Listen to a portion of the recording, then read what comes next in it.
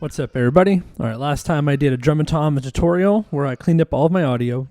Today I'm going to be featuring Sound Radix Auto-Align, which is a phase alignment software. So what I'm going to have to do is I'm going to have to set up an instance of Auto-Align onto every track: the kick, the snare top, the snare bottom, the rack tom, the floor tom, the overhead. Maybe I'll bring in the room later, but for now we'll just leave the room out of it. Because typically you want the space that's involved with rooms. Maybe I'll send the toms there at some point, but let's just see what happens. Okay, so opening up Auto-Align, and I'm going to set my input to somewhere above the noise floor cleanly. This way, anything that is receiving the sidechain will know what to receive. This way it's not receiving any low noise that's unnecessary. We only need the transients that we need.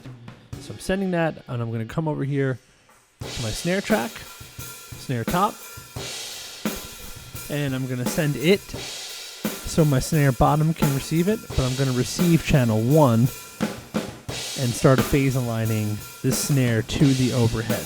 And again, I'm adjusting my sidechain so it knows where to pick up from the meter, and I am adjusting my input so it knows what to send to the bottom snare. I'm going to come over here, hit the delay and polarity switch, and hit detect. And what you're seeing now is it is finding all the units and how far away it is. Up the top, it's going to display in sample soon just how far out of phase we were to begin with.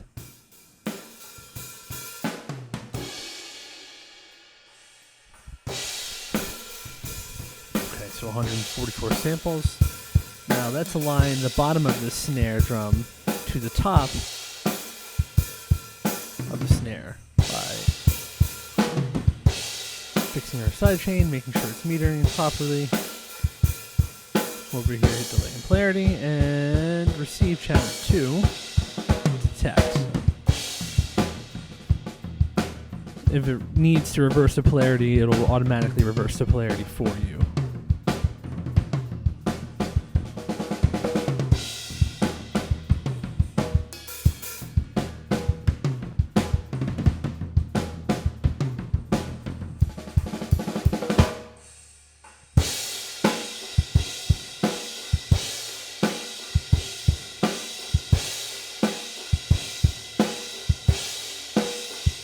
Now my kick drum, I'm going to receive the overheads, and once again I'm going to set my sidechain so it's cleanly above the noise floor. Need to reiterate that every time so you don't forget.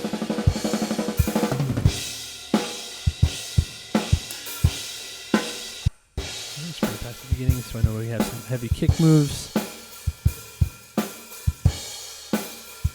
So the kick is just above -24, delay and polarity, detect. Let it do its thing. Let's see if it sort of centers itself once it comes into phase. We should definitely see a more focused kick drum after this.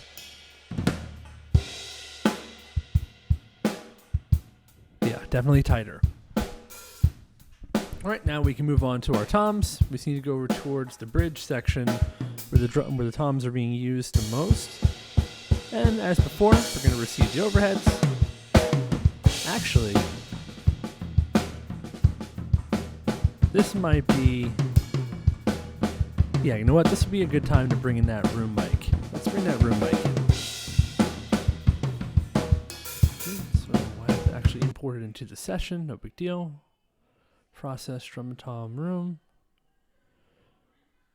Wasn't really processed, but it was in the same folder just for the sake of organization.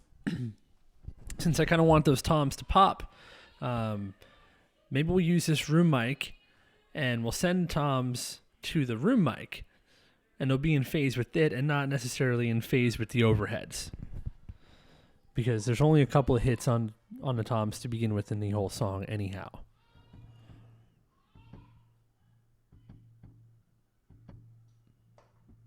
Come back over to the bridge section here. Okay. Let's go. We're going to set. Sending to tom, receive channel 3.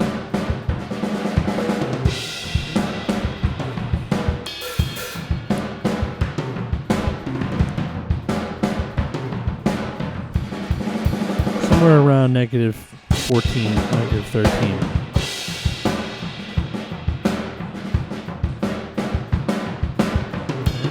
polarity, detect.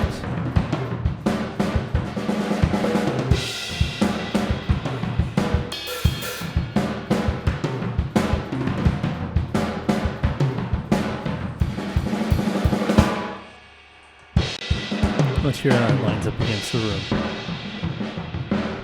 Yeah, sounds good. Okay. That tom doesn't sound too bad. This floor tom I am concerned with though. Again, I might be replacing this later on. For now, let's send it to the room. Can't really fix the way it was tuned to begin with. Very, very flat. But we'll try.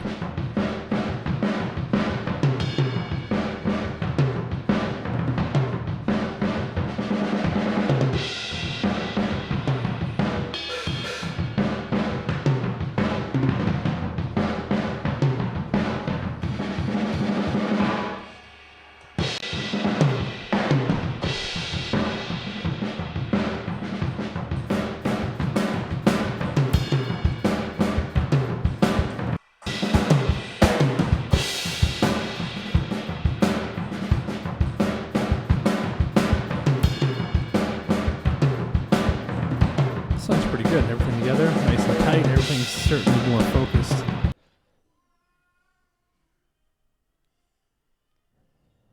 All right, kick all the way. Let's go ahead and commit this now. This way we don't wear down our processing power. Cool feature of Pro Tools 12. We can just commit this right to the DAW, and then just hide the original tracks in case we need them again later, which we probably will.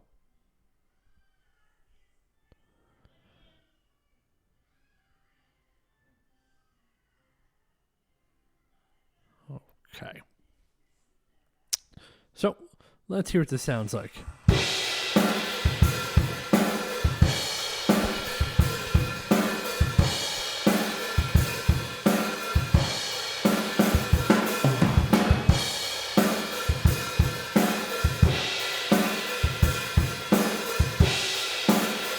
I always like to make sure that my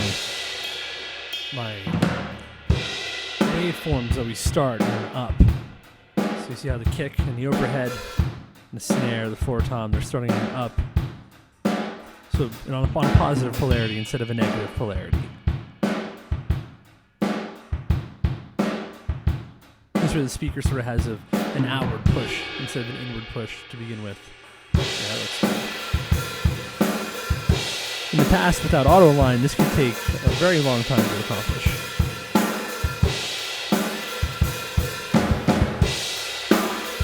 But the beauty of it is, even with a home recorded drum set with bleed all over the place, we can still get a nice phase alignment even after the fact.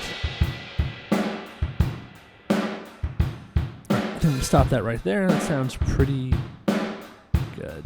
Now we'll go ahead and let it just play all the way through so you can get a good idea of what it sounds like.